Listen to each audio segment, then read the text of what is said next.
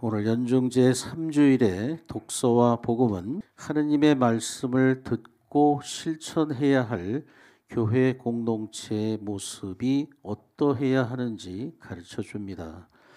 예언자들의 역사관은 바빌론 유배는 물론 바빌론 대제국이 이스라엘을 침공하고 점령을 한 거지만, 노예로 삼은 거지만, 그 바빌론 유배라는 역사적인 절망과 고통의 시대를 하느님의 심판으로 해석을 합니다. 하느님의 말씀을 듣지 않았기 때문에, 회개하지 않았기 때문에.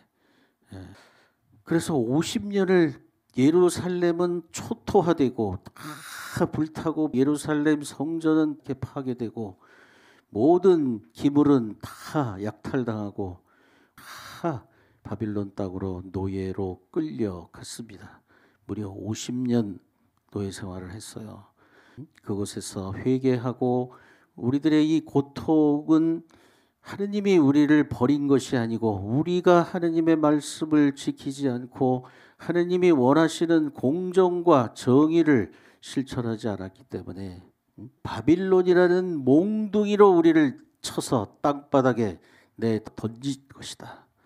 이런 깨달음을 가진 예언자들과 백성들이 바빌론 유배 가운데서 하느님에 대한 신앙을 다시 꽃피우고 다시 불태우면서 50년을 버텨냈지요. 오늘 복음에서 예수님이 이사야 예언서를 펴서 이사야 예언서 61장 1절에서 2절을 읽었잖아요. 그 내용이 바로 바빌론의 노예로 있던 사람들에게 이사야 예언자가 외치는, 이제 곧 우리는 고향으로 돌아간다. 하느님께서는 너희들의 회개를 보시고 너희를 끝내버리시지 않았고, 너희가 회개하기만을 기다리고 너희를 다시 새로운 당신의 백성으로 만들기 위해서 이제 다시 너희를 예루살렘으로 해방과 구원을 주실 것이다 라는 예언입니다. 이 복음에서 예수님이 말한 게, 예수님은 그 이야기를 이제 당신을 통해서 모든 인간이 모든 억압으로부터 해방될 인간 되배 새로운 시대, 하느님 나라 선포를 공식적으로 선언하신 것이 오늘 나자렛 회당 설교고요. 오늘 느헤미야서 8장은 이렇게 말합니다. 예루살렘 성전을 재건한 다음에 에즈라 사제가 온 백성을 모아놓고 율법을 다시 선포하는 내용입니다. 자, 보세요. 온 백성 앞에 율법서를 가져와서 해 뜰 때부터 한낮이 되기까지 그것을 읽어주었다. 해 뜰 때부터 한낮이 되기까지. 이거 몇 시간을 읽은 거야? 백성은 모두 율법서의 말씀에 귀를 기울였다. 그가 높은 단에 올라가 책을 펴자 온 백성이 일어섰다. 이게 오늘날 복음을 읽을 때 우리가 일어나는 전례의 하나의 모델이 된 겁니다. 그리고 에즈라가 주 하느님을 찬양하자 온 백성은 손을 쳐들고 아멘 아멘 하고 응답하였다. 그런 다음에 무릎을 꿇고 땅에 엎드려 주님께 경배하였다. 이어지는 내용은 눈물바다가 됐대요.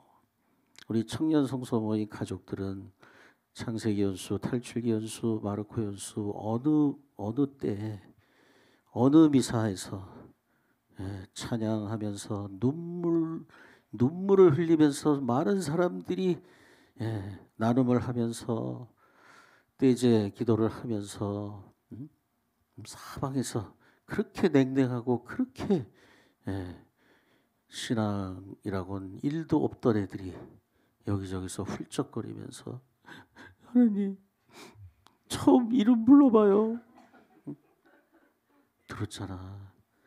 내가 기억하고 있는 가장 감동적인 기도야. 하나님 처음 불러봐요. 얼마나 감동적이에요. 이 에즈라의 이 분위기가 말씀의 전례의 전형이야. 우리는 성서가족들은 연수를 통해서 이 분위기를 아마 상상 가능할 겁니다. 특히 특히 창세기 셋째 날 밤미사, 어떤 때 기도하면서 눈물 바다잖아요. 하느님의 성령이 우리를 통해서 하신 거겠죠. 그들은 손을 높이 들고 아멘 아멘 하고 외쳤다. 이게 말씀을 들으면서 자기들의 지나온 모든 죄를 떠올리고 참회하고, 그러면서 그런 죄인인 자기들을 이렇게 새롭게 해주시고 의롭다고 여겨주시고 다시 당신의 백성으로 맞아주시고, 너희들은 내 노예가 아니야. 의무감에 무서워서 그저 법이나 지키고 이런 게 아니야. 너희들은 내 사랑받는 아들이야, 딸이야. 너희가 아무리 죄를 지어도 회개하고 돌아오기만 하면 나는 너희를 의롭게 할 것이다. 이게 얼마나 감동적이에요. 진정으로 자기 죄를 참회하기만 한다면. 그런 다음에 무릎을 꿇고 땅에 엎드려 주님께 경배하였다. 이 사람들은 이렇게 하느님 말씀을 새벽부터 대낮이 되도록 들으면서 열광하고 눈물을 흘리고 아멘 아멘 하고 이렇게 열정적으로 아이돌 콘서트장을 방불할 만큼, 우리 연수 때 미사 때가 거의 콘서트장이잖아.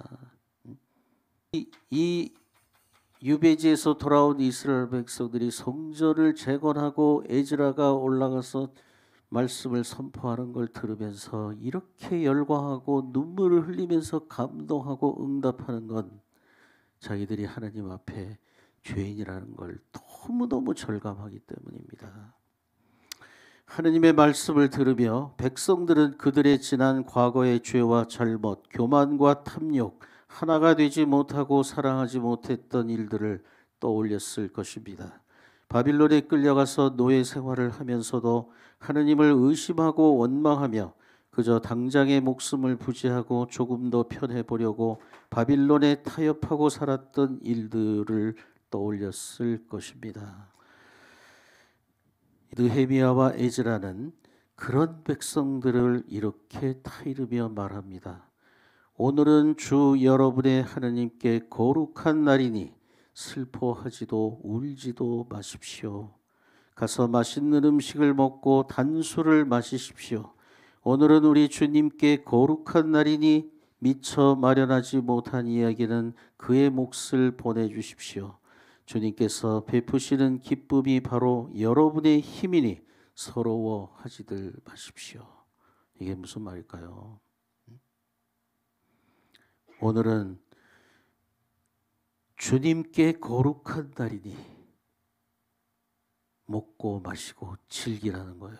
이제 여러분들 하느님 앞에 죄인이라고 부끄러워하지 말고 두려워하지 말고 슬퍼하지 마세요. 여러분들의 진정성 아닌 참회를 하느님께서는 이미 받아주셨고 여러분들을 의로운 사람이라고 다시 받아주셨습니다. 이제 그 하느님의 사랑을 찬양합시다. 가서 맛있는 음식을 먹고 단술을 마시십시오. 이게 단 성체성사야.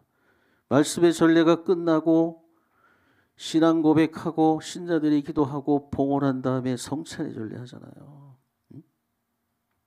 하느님께서는 우리 죄를 용서하시기 위해서 스스로는 이 죄로부터 해방될 수 없는 우리 인간을 구원하시기 위해서 당신 아들을 인간으로 보내주시고 그 우리와 똑같은 육체를 지니신 예수님께서는 우리 죄를 대신해서 당신의 생명을 몸과 피를 희생 제물로 대신 봉헌하셨습니다.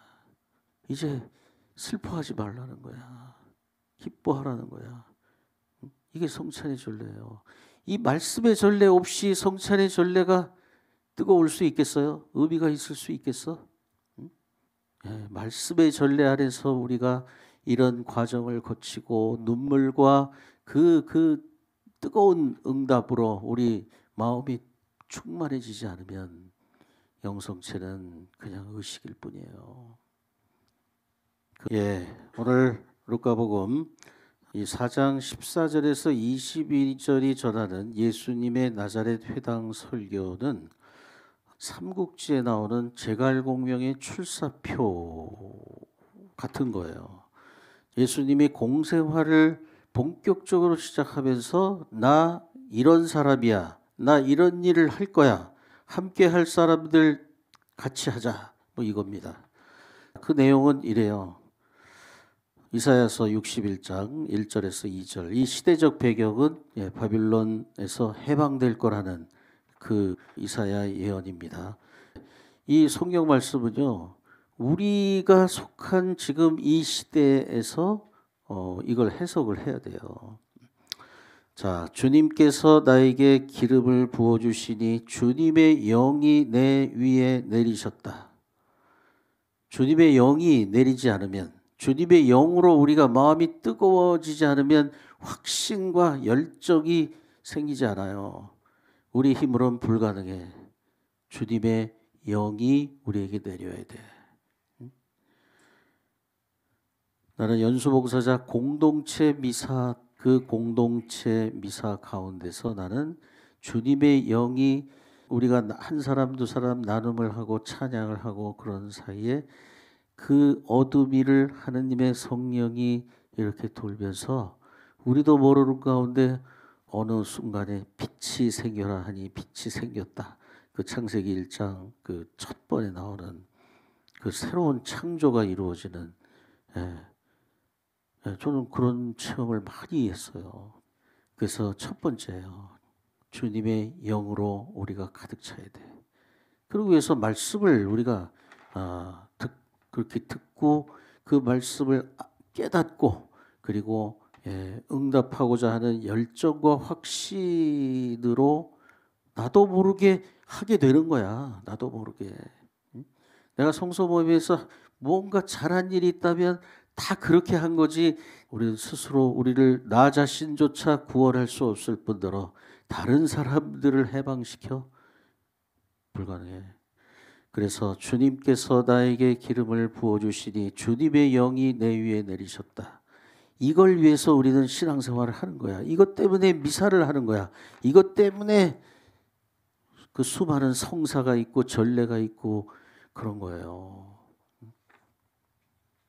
자, 두 번째, 주님께서 나를 보내시어 가난한 이들에게 기쁜 소식을 전하고 잡혀간 이들에게 해방을 선포하며 눈먼 이들을 다시 보게 하고 억압받는 이들을 해방시켜 내보내며 주님의 은혜로운 해를 선포하게 하셨다. 주님께서 나에게 기름을 부어주시니 주님의 영이 내 위에 내리셨다라는 말은 신앙인의 정체성을 회복했다는 거야. 내가 누군지 깨달았어. 나는 하느님의 아들이야. 하느님의 일을 할 수 있어. 이런 거예요.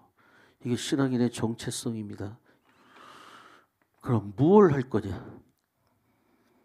이거는 경제적, 사회적, 정치적 해방 차원으로만 알아들으면 안 됩니다. 이 예수님의 메시지의 전부가 아닙니다. 포함되어 육체적, 인간적, 물질적 해방이 포함이 되지만 그게 전부는 아닙니다. 한마디로 얘기하면 인간성의 회복이에요. 인간다움을 회복하는 것. 우리를 인간답지 못하게 만드는 게 뭐지? 돈에 대한 욕심, 권력에 대한 욕심, 그리고 내가 지면 내가 죽는다는 그 바보 같은 생각. 그래서 수단과 방법을 가리지 않고 이겨야 한다는 그거.